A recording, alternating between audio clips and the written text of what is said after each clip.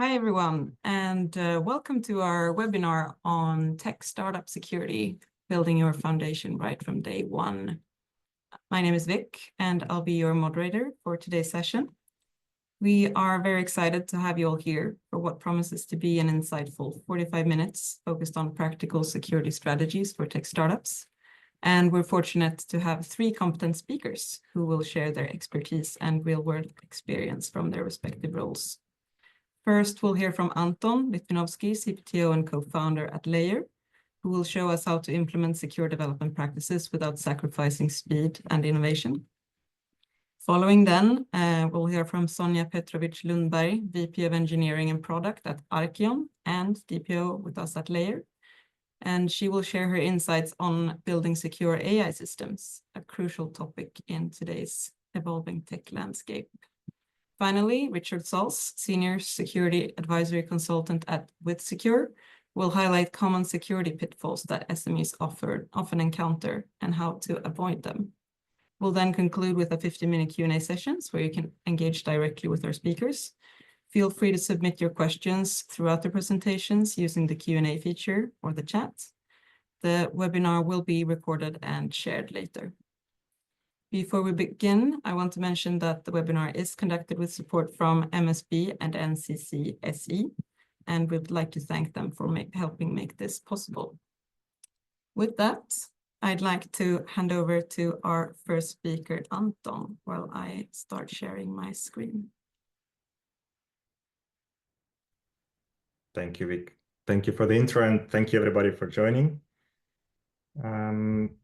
My name is Anton Litvinovsky. I'm CPTO and co-founder at Leyr. And today I would like to talk to you about secure development practices that actually don't slow you down.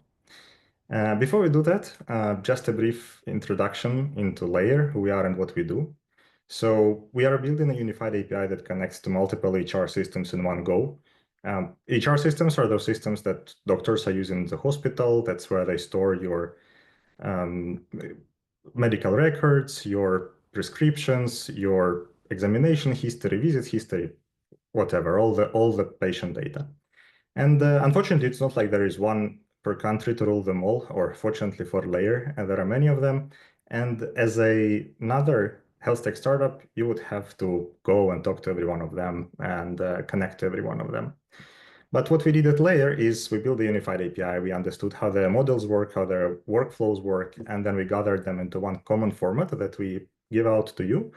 And then you can just connect to Leyr once and send us that EHR and that hospital that you're interested in or that clinic that you're interested in as a parameter. And we'll make sure that everything works behind the scenes. So basically one integration, fire and forget. We are a mighty team of 7. We have a good combination of health domain expertise and tech expertise. So we actually do have practicing medical doctors in our team who have experienced these problems of missing integrations on their own in real life. And all our tech side is one way or another somehow related to integrations, to building unified APIs, maybe in finances, in banking, in delivery industry, so what's not. It is indeed a very powerful combination to solve this problem. We are live and happy. We have 2, soon 3 paying customers in Norway, 1 paying customer in Sweden. We have about 10 more in the pipeline launching, mostly in Nordics, but also something happening in UK and US. I can't tell too much about it just now. But in order to cater for all of them, we have 21 HRs integrated to date. 11 of those are live tested. Others are waiting for those first customers to go live in production with them. And that gives us a major coverage in Norway, Sweden, and through some global HRs also globally, translating into about 1 million transactions, i.e. patients looking for services, clinics, doctors, booking appointments, writing notes per month. And while building this startup, there is that one thing that is always there, and that we all know, that security part. We as tech and product people, we may sometimes be lazy about it, right? It's like with writing tests. If it's not related to vibe coding and just working on the core product feature, then it's sort of, we don't really want to focus on that.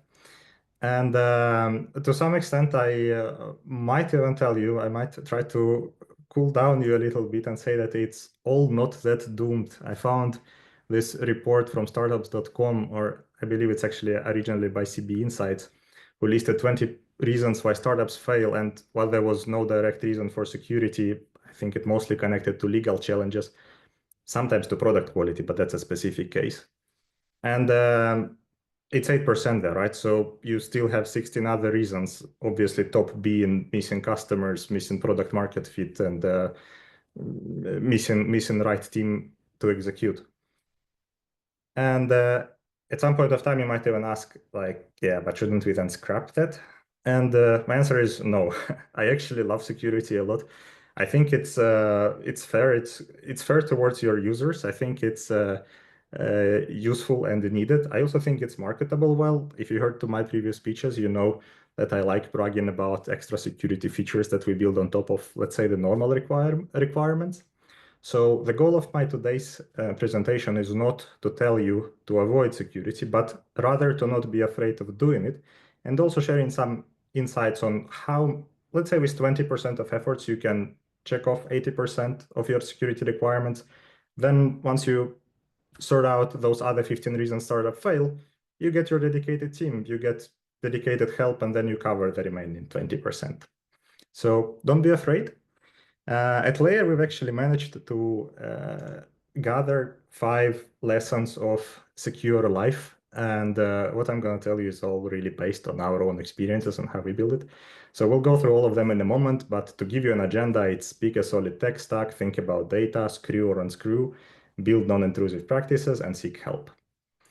Starting with picking a solid tech stack. So yeah, I'm actually very comfortable sharing. That's what Leyr is using. Fast API is a web framework for Python, yeah, which in hindsight is the biggest thing I regret from our tech stack because type safety.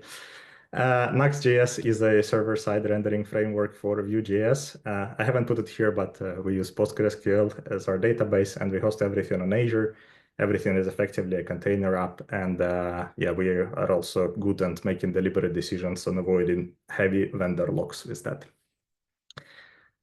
I'm not converting you to the tech stack. Please use whatever you're using. I'm just saying that if you are on, let's say, top 3 web frameworks and top 3 backend frameworks and top 3 cloud providers, then you just should be aware that your security posture is probably already solid enough just by using those top 3 tech stacks, right? So don't do crazy things. This is a little bit biased towards Leyr, so that's just what is applicable to us. But I think you will be able to find similar solutions in your tools that you're using. So in terms of frontend, Next is a great framework, has big community, well maintained, and they have this official module, Next Security, which is effectively a one npm install command to get you covered on OWASP, most common issues and requirements. I put the link to cheat sheet series, which is another great help because then it's just a nice single page website where you can quickly find all the common issues and how to solve them. Look for something similar at your tools that you are using. Effectively, you'll probably good enough if you just start with CSP, content security policy, XSS, and maybe like CSRF settings on your side, and then continue with what's left. Rate limiting was a great help for us here because we actually at Leyr did experience a kind of a brute forcing, where those guys were trying to find the layer.io/vp admin or trying to brute force some passwords and login information. This all just comes in handy. There's just this one line tool install that works and that helps you with that. So then going further to the backend, Fast API, similar stuff. You have many inbuilt middlewares there. You have third-party middlewares from ecosystem. You have built-in OS2 support, so you can, again, with 1, 3, 5 lines of code nowadays, enable everything immediately, right? And then again, cover more than half of the technical questions that you get or security-related questions that you get from your potential customers. And then finally, Microsoft Azure and Secure by default here. I was greatly inspired for this for this by conversation with CTO at Leyr Visit, which is one of those paying customers, who said, Anton, these days I'm still getting these questions from our customers like, are you using SSL? What about your patch management? What about your access controls? And do you know that with our current state, I actually have to explicitly enable insecure options? And that's what I want to show. That's what I want to show you again. So if you're on top 3 cloud providers, the first screen here is your container app, and you actually have to explicitly disable SSL or allow insecure connections for that vulnerability to happen. The second one is from our SQL database. As you can see, it's nice working at Leyr. We have so many locations you can work from wherever you want. But again, you just have to manually add everything there. I would not have mentioned it if we were not getting the same questions, right? I can understand people asking. Healthcare industry is generally old. They probably still remember the days of old, dirty PHP sites that we all built, and then the cool hacker could unescape your tag and insert some kind of an SQL injection attack in your email field. But nowadays, again, don't slack on it, but don't be afraid to look into security, because many of the things are there by default for you. So you can easily check off on many things. And then going further, let's touch on the remaining points. My second point here was thinking about data. It's a very simplified and naive diagram of Leyr architecture here. So since the early days of Leyr, we made 2 explicit decisions. The first one is we don't have any persistence to patient-related data at all. So as you can see, communication with HR is just data in transit. And the second one, because we still do logging, we need to log things, is that we log as little as possible. Like, in fact, I think nowadays our logs are almost unusable for debugging, but that was a very explicit decision to avoid actually having any patient-related data on our side. And also transitioning to my third point, because we learned that as you grow, it's actually easier to unscrew.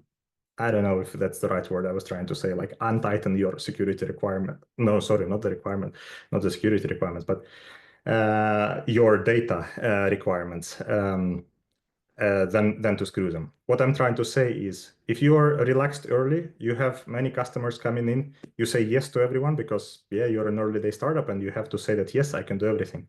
And then one customer would ask you to give them these 3 fields, the other customer the other 3 fields, then 2 more fields. And then you just end up having a one big optional object with tens of different data fields. And then if you try to screw or tighten those security requirements and make some of those fields required, because you understand, yeah, now I just can't maintain that one big heap of fields, that will be considered as a breaking change. So it's actually a little bit easier if you are very strict in the beginning, then you learn, maybe I can actually now start showing this part, maybe I can make this thing optional. So that thing is actually easier towards your customer. It's easier to pass through your customer than the opposite direction. There are, of course, pros and cons, which I listed here, but I think in general for Leyr, we are now more into strict early way. I think we should probably have been even a little bit more stricter in the beginning. And we are gradually figuring our ways on what we can make optional and turn on for our customers. Then build non-intrusive practices. Those tools will differ for you. What I'm just trying to say here is that find the ways to have such things that you can configure once and almost forget. For Leyr, it was Dependabot. So I bet most of you know what that is, but that's effectively a tool from GitHub that goes through all your project dependencies. It compares it to CVS, Common Vulnerability Database. And then also it checks if there is a security patch from those tools that you're using, and it suggests it immediately as a pull request. Perfect tool, perfect time saver. Enable once and forget, and then just have patch management checked in on your requirements in one go. The second one was PR templates. This is an actual PR template from Leyr. So what I like about that is it's actually like a sort of a documentation without your explicit, thinking, or no, not thinking, but without explicit efforts gathering team together and explaining that. So you can just, based on your own experiences, understand where your team should pay attention to. In our case, it's sensitive data checklist that may appear somewhere in the logs. And every time we make a PR, we know that, yeah, we need to go through all this data checklist and make sure that none of this data actually ends up in the new feature that we deliver. 10 minutes notification. All right, then I'm just I got a hint from our beautiful moderator that I need to speed up, but then just the final step here, I think, is tests. Of course, please have tests. Accept my deepest condolences. I know we all don't like writing them. Ask AI, you can very often do, and this is the input, this is the output I want. How do I make a test out of it? But in general, yeah, have some security tests on your side. And yeah, actually, my final point here was seek help. We do have guys from WithSecure here. We did, as Vic has mentioned in the beginning, get a grant from MSB, which effectively sponsored all our security work.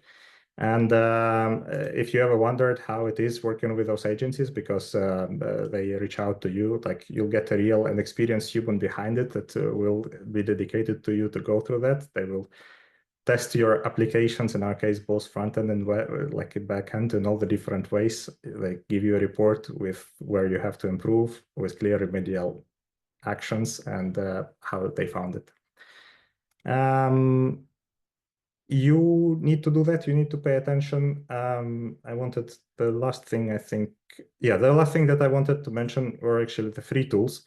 But why? Because also as a CTO, as a startup founder, as soon as you start your startup, you'll probably start getting those emails. You probably got them as well, with people reaching out and claiming they found security vulnerability on your side. If you want to reduce the number of those emails, please, I can recommend one of those two tools, which are pentesttools.com or mxtoolbox.com, which with 20% of efforts give you 80% of security verified, or also your email-related vulnerabilities checked. Yeah, I'm obviously no way affiliated with them. I just truly like the tools, and I think they are great. And yeah, I think I can wrap up my part here. Thank you once again. Please don't slack on security, focus on it, but also don't be afraid. It's not as difficult sometimes to get started and to cover most of the things you need. Thank you. Thank you, Anton. We'll proceed to hear from Sonia on how to build secure AI. Please, Sonia, take it away. Thank you, Vic. So coming here, representing, sitting on two chairs right now. One is being Leyr's data protection officer, and the other is working for Arkion. I'll tell more about Arkion 2 slides from here. My personal background is, I've been working with AI systems most of my career, 20 plus years, and I've worked in domains such as healthcare, education, customer service, and now the most recently power grid infrastructure. My current positions are VP of Engineering and Product, which means that I lead full stack and machine learning teams. I'm responsible for implementing product roadmap and strategy, and also coordinating Arkion security and privacy efforts. And as data protection officer at Leyr, I'm advisor in the matters related to privacy, security, and compliance in general. And just as an example, because the focus of my talk will be secure AI systems. So then I'm just gonna give an example of Arkion and what Arkion does with AI to give you the context, and then I will also use examples from Arkion. So this is so that you can understand examples better.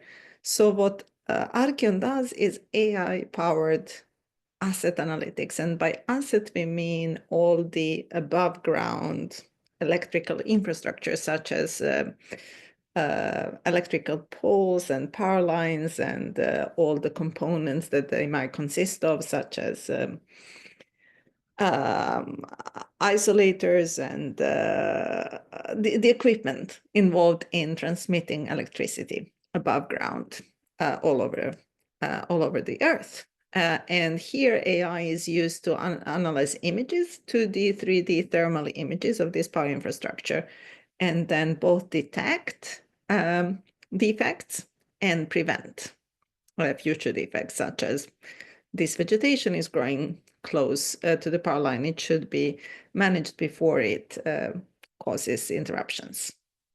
And the effects of using AI in this context that have been measured by Arkion over the last 6 years is actually 50% reduction in downtime, which is power outages, 90% reduction of preventable outages, and 85% reduction of cost. And here again, now I'll go back in why then. So then there is definitely some value in building these AI systems as alternative to just having human inspection of power grid infrastructure. But then again, what are the security aspects of doing this using technology?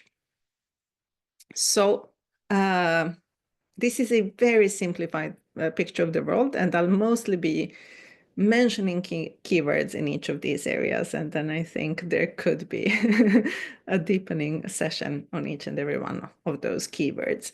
But in my experience, main security, so AI development or an AI system consists basically of 3 main components. One is the data that's used to train, that the AI learns from.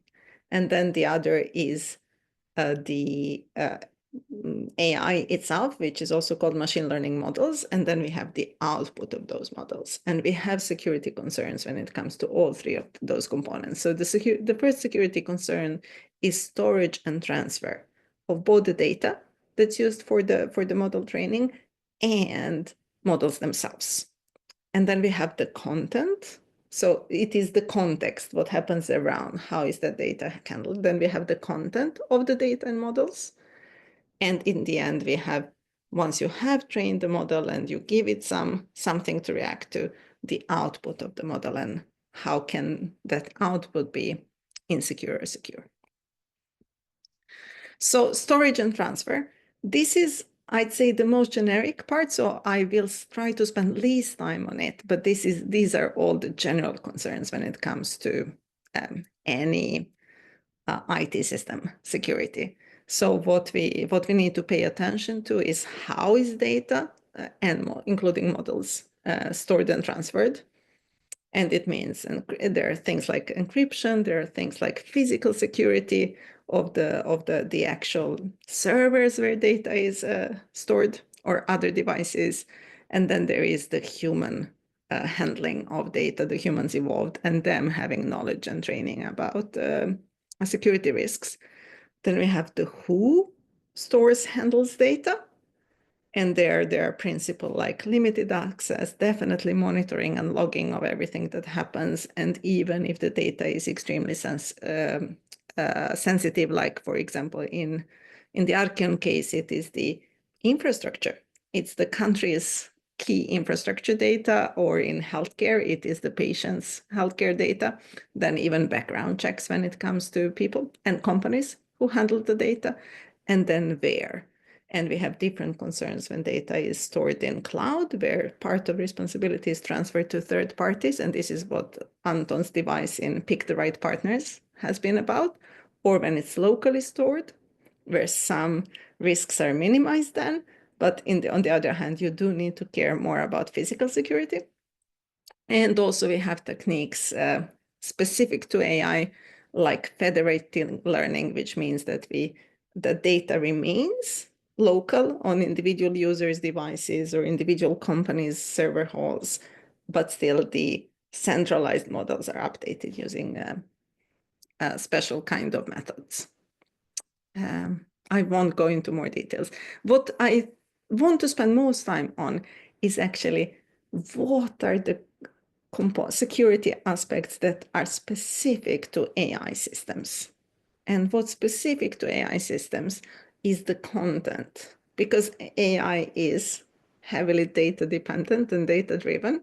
That's the essence of it. So it is the content of the data and the content of the resulting machine learning ML models that were trained on that data. And then when it comes to the data content, first and foremost, we do have the privacy and sensitivity concerns. So privacy means personal data. So does the data that we want to use as input for our AI model contain any personal information? So in the case of Arkion, it would be, for example, that the power grid infrastructure picked images might contain faces of passerbyers whose consent hasn't been obtained for them to be in our data set. Or it could be license plates, or it could be some registration numbers or similar. So this should definitely not be.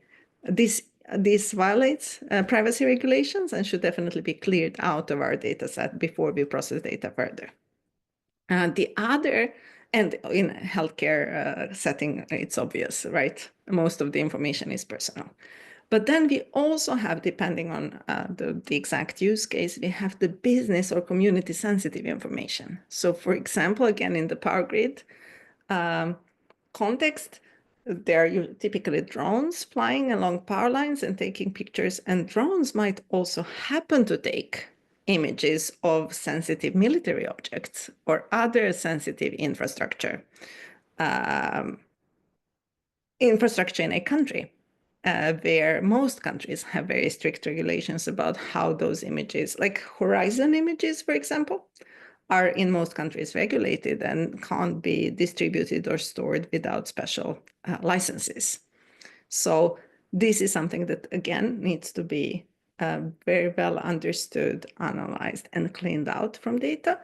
And then there is also, when it comes to the data results, so even if, for example, we take raw data might contain private or sensitive information, but the models won't contain it, right? It is the models that we will deploy outside secure environments or that will be stored permanently.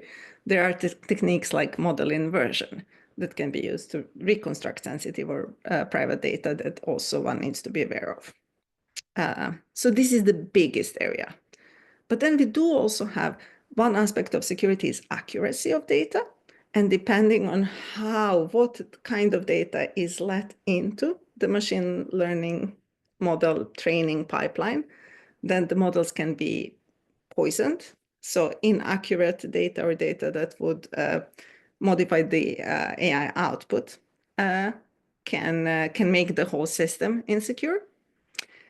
And then we also, so we want to prevent data poisoning. We want to use techniques such as anomaly detection in our data set. And we also want to make very informed choices when it comes to the training approach. Do we want to use supervised or unsupervised as machine learning training? And I'll come back to that on the next slide. And last thing, which I feel is often ignored, is that both these concerns when it comes to privacy and sensitivity and accuracy are much more easier to manage if the data and the models are limited to narrow domains. Because the better you know your domain, the more you can tailor the tools and the processes to exactly what you need to do. The more generic it is, the easier it is for insecure aspects to slip through. Okay. I'm out of time, so I will just skim through the very last aspect, and that is then, okay, so we have collected data, we've trained the system, we've trained models, now models are used, and they're providing some kind of output that also needs to be secure. And to make the output of AI system secure, we definitely one of the most reliable techniques is having humans in the loop. So humans can be used either for correcting data that the model learns from, so that we have some kind of supervised learning, or at least supervised testing, unlike unsupervised, which only learns from data blindly without humans involved. Or we can have human in the loop that correct the AI output before it reaches the end user. The best experience I have with iterative AI model development, where the scope grows in time. And of course, we need to think how the AI system is integrated. So have secure APIs, have clear feedback loop, and if you want to protect intellectual property, then some kind of watermarking.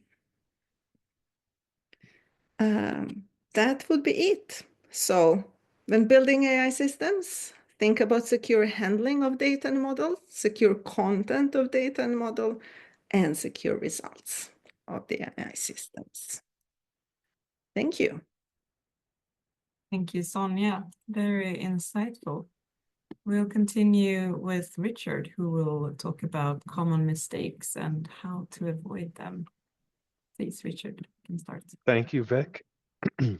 And thank you to Leyr for inviting me today to this webinar. Some excellent topics before me, so I'm going to launch right into it. I'm here. Let's see, do I have access to there we go. So I'm here from WithSecure Consulting. We are a cybersecurity company with presence in Denmark, Sweden, the US, the UK, Singapore. I'm probably forgetting another place, but we have a lot of presence in much of the globe.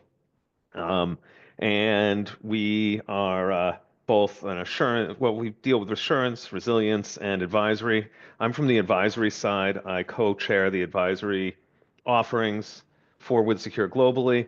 Some of my specialties are current state assessments and also crisis management exercises, tabletops, and auditing. Very exciting stuff.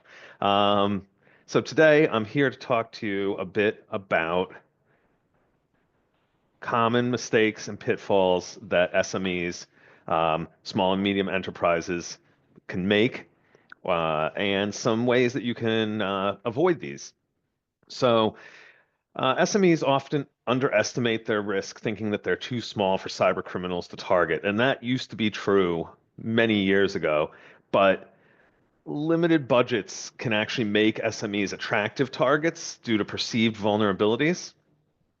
And what we've seen in recent years is cyber criminals are basically trying to automate their attacks and have done a very good job of doing so. And so that makes it much easier to target SMEs because they have a lack of preparedness in general. Breaches at SMEs can lead to reputational damage, significant financial impacts, and sometimes cause businesses to close entirely.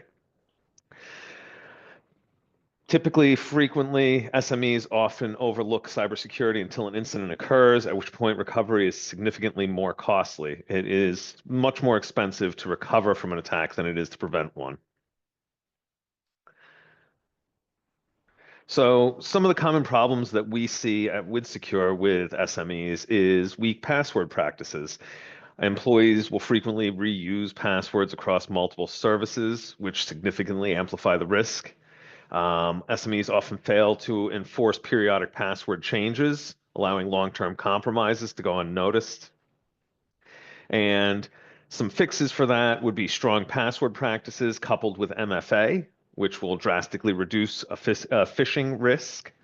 Another thing that we highly recommend and that I see sometimes implemented is providing employee training on the importance of password hygiene and providing real-world examples of breaches due to weak passwords.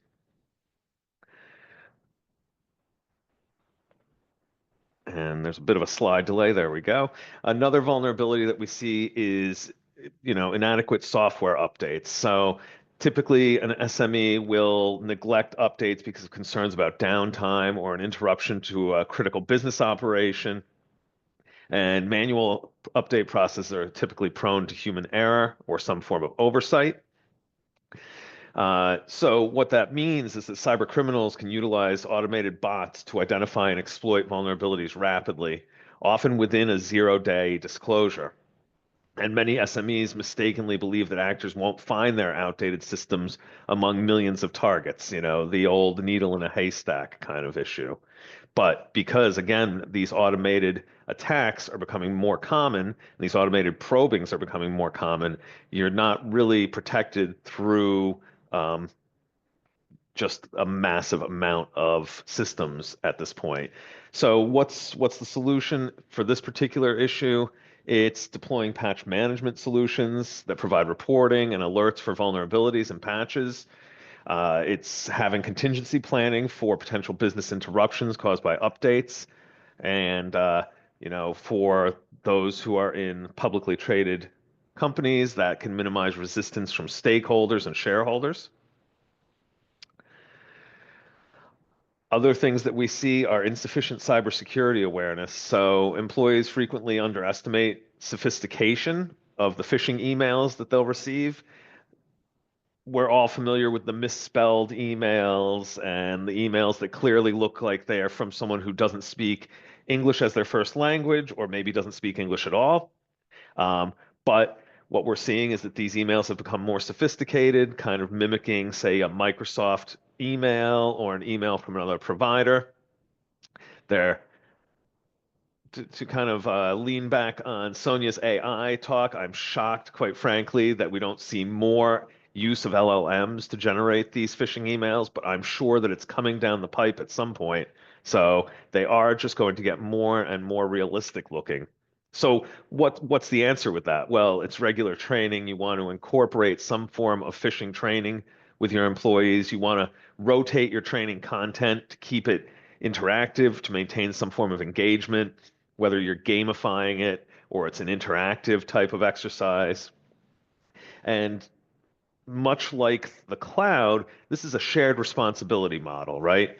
You can create as many safeguards within your cybersecurity program to phishing as you want and as you're capable of. But if your employee opens the door to malware, your safeguards have basically been negated. So it's, again, a shared responsibility between the employees, the management, and the overall security practice. So another thing that we see frequently with SMEs is an absence of security policies. And you're not alone. Quite frankly, I see that with larger businesses, enterprises as well. And sometimes, quite frankly, you may remember that I mentioned I deal with crisis management exercises. More often than not, I actually see large enterprises not even referring to their playbooks when conducting these exercises. So you're not alone, but it's something that we all need to uplift. So you got to ensure that there are policies that are understandable to non-technical staff. They need to be able to have plain language and clear examples for the staff. These policies have to be communicated clearly through company-wide meetings or newsletters to reinforce understanding. If you don't have a response plan, it is extremely important to develop a response plan and identify clear roles and responsibilities within incident response to avoid confusion during stressful situations. And ensure that those plans include communication strategies, particularly with your customers and regulators if your organization is beholden to regulations. And last but not least, for this particular slide, you want to conduct mock incidents, crisis management exercises, tabletops to test your preparedness. It's great to have this stuff on paper, but if your teams have never experienced it in a safe setting, they're going to run around with their hair on fire in all likelihood when they actually have something real happening and they've never experienced it.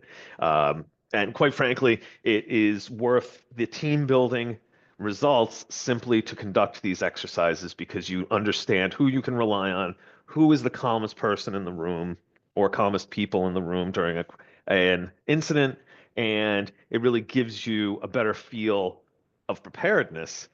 I often tell, especially large businesses, but for any organization, the longer that you are in existence and exposed, the more likely of an attack. We typically say it's not if, but when at WithSecure, when we're talking to customers, because frequently it is when and not if. So moving on to the next slide. So inadequate data backup strategies. Now, I'm an old guy. I remember when backups were taken on tapes and stored in another room or another facility. But thankfully, it doesn't need to be that way anymore. And offsite storage can be leveraged for secure, reliable, air-gapped backups so that if, when you are attacked, you'll have something that cannot be ransomwared, for instance, cannot be encrypted because it's air-gapped. You want to implement automated backups rather than manual backups to ensure consistency. And you want to prioritize backups for business critical systems and sensitive data, of course, right? So this process involves understanding where your sensitive data is, which is important for incident management. It's important for backups. It's important for business continuity. It's not just okay to take backups. You also need to verify your backups. So once in a while, make sure your backups are legitimate, that they can be restored, and that they are, quite frankly, within line of any kind of due diligence or audits or regulatory reviews that you might be subject to. And then, like most policies and procedures, you have to go back and look at this again in a regular, timely manner, once a year at least, sometimes once a quarter. Again, it depends on business continuity.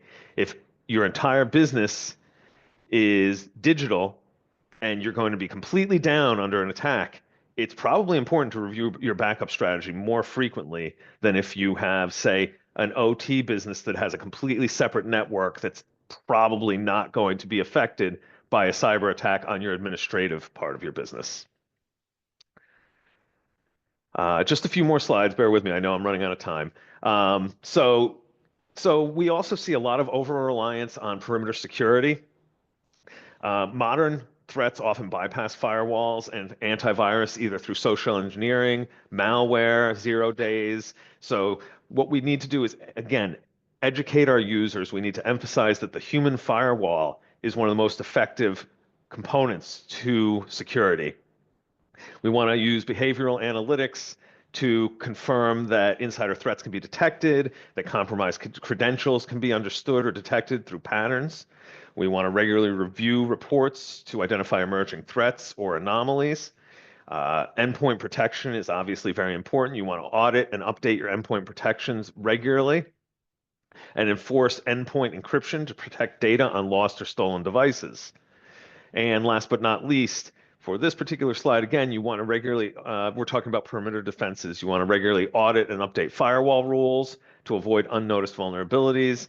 You have to combine your AV solutions with EDR, endpoint detection and response tools, for better visibility into threats that would traditionally bypass your antiviruses and things like that. Next up is underestimating insider threats.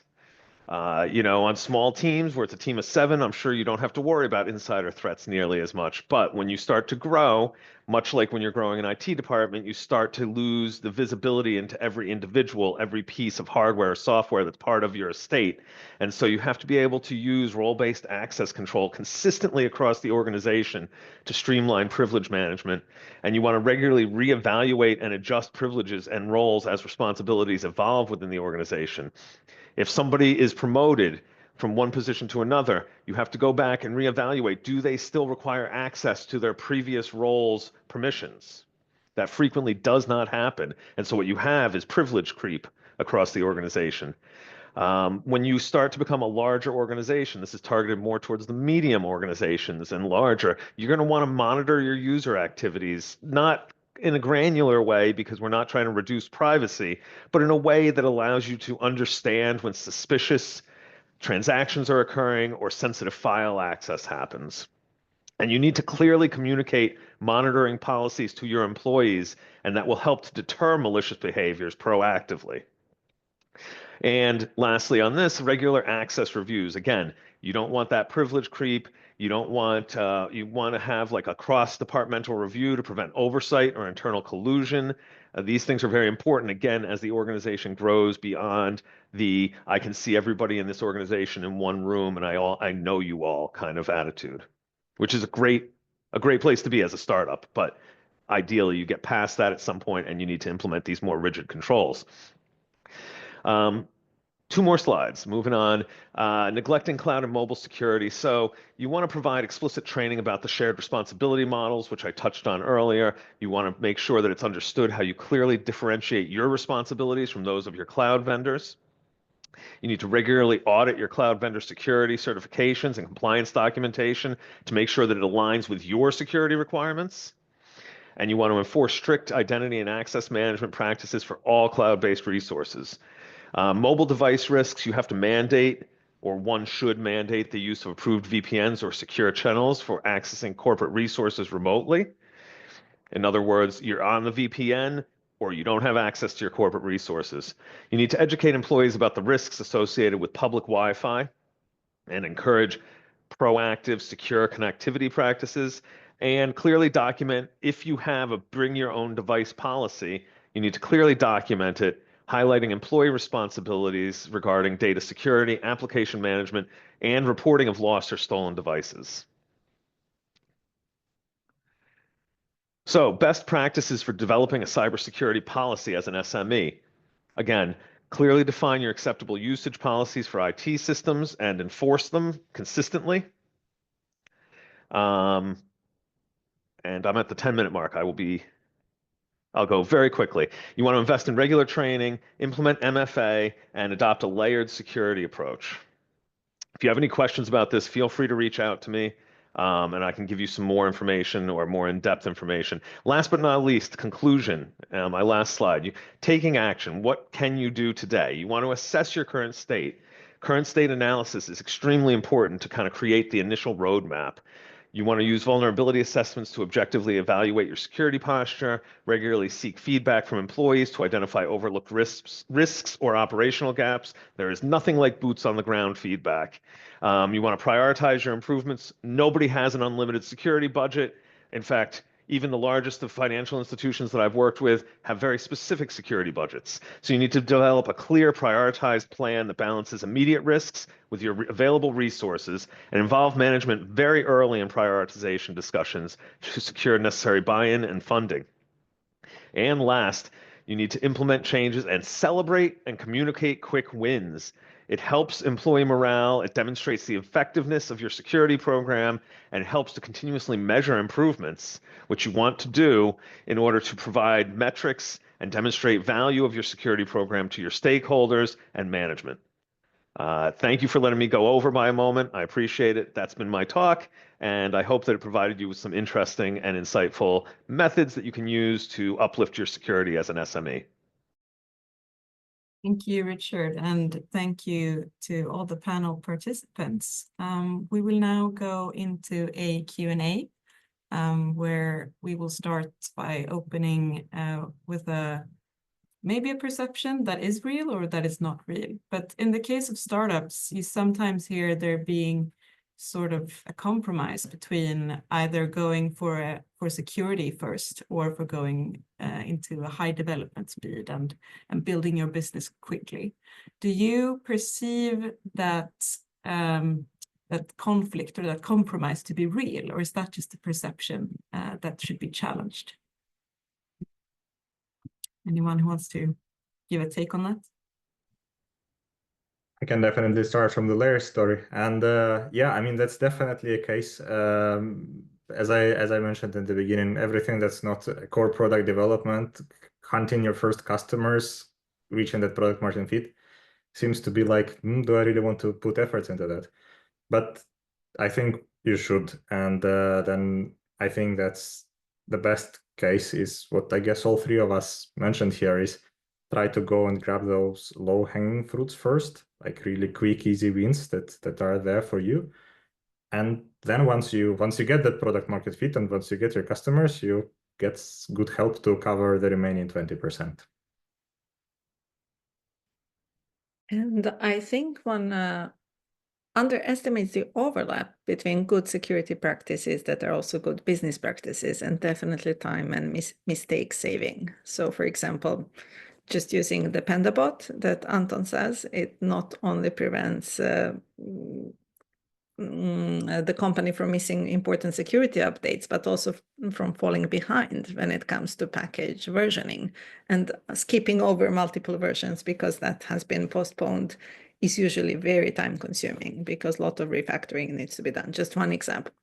Or the other is doing data analysis from security point of view or risk analysis when it comes to feature development can save time that would not only increases security, but also increases the likelihood of what is being developed or gathered or stored being more relevant for the business. So I'd say, yeah, many security best practices have other benefits for the business in general. And I would echo both of your points. I would just add that I've been around in this field long enough to remember when businesses felt that using computers was a sunk cost. Now we're at the point where businesses feel that cybersecurity is a sunk cost. It doesn't translate into, I spent $500,000 on cybersecurity and now I'm getting $1 million back. But when you start to look at the complexity of it and the cost of not using computers, to use the old example, or the cost of not implementing cybersecurity, to use the current example, effectively what you're seeing is that this is a cost that needs to be built into the business, just like human resources, just like electricity. It is a cost that is required that if you don't have, ultimately you're going to pay more in the long run. So it's extremely short-sighted to think we don't need computers to run our business. And it's even more short-sighted in this day and age to think we don't need security to run our computers. Thank you. I'd like to continue to hearing your experiences on how one might build a strong security culture within a team. Do you have any recommendations for founders out there or CTOs starting up a tech organization at a startup, for instance? Sure, I'll start with this one. So it really is about enthusiasm, in my opinion, and getting, especially with startups where everybody is doing more than one thing, everybody is communicating with each other kind of face to face at that point. Your startup is small enough that you've got that agile nature. Everybody has to be bought into a security practice. They have to understand why the security practice is relevant and important. And again, enthusiasm is just key, because if you have enthusiasm for your security practice, every single person who's got that enthusiasm is going to be a strong piece of the chain rather than a weak link. And I think as often it's a lot about culture and not just policies and processes and bureaucracy. And what strengthens culture is celebrating successes, and with security it can often be celebrating avoided risks. And here then it is important that the knowledge matter experts really highlight to company like, look, we've had devices being stolen, and thanks to us following our security practices and having evidence of every single one of them being encrypted, we don't have a major security data leakage, data access incident. Or look, this thing happened, this firewall was hacked, or this company or this cloud provider had a breach, but because we have multi-layered protection in place, it didn't impact us. So my experience is that those kinds of celebrations and definitely highlighting of what's happening out there in the world increases motivation to keep good practices. Definitely had those so in a couple of times at Leyr as well, like saying aloud, "Oh my God, it's good that we had something, that we had done something before." Definitely resonating both of you. And then I think from my side, to give a practical advice on how to make everybody engaging is one of the parts was, try to see if you can incorporate something like non-invasive, let's say. So something that just happens in the background maybe and helps you to improve your security posture without you actively participating. But the second one also, as a young startup where there are many different focuses and people doing different things, it's from a CTO perspective, your communication with the team. Like we have defined secure development practices at Leyr, but we have done it together with the tech team. We sat down and we like really put the points that we feel that they bring value, right? So very concrete points that we believe in. Then it's much easier to follow them than just an abstract recommendation. Thank you so much, and thank you for staying extended time today. It's been a really valuable session today. Thank you so much for sharing your knowledge and expertise from your different domains. And thank you everyone who attended.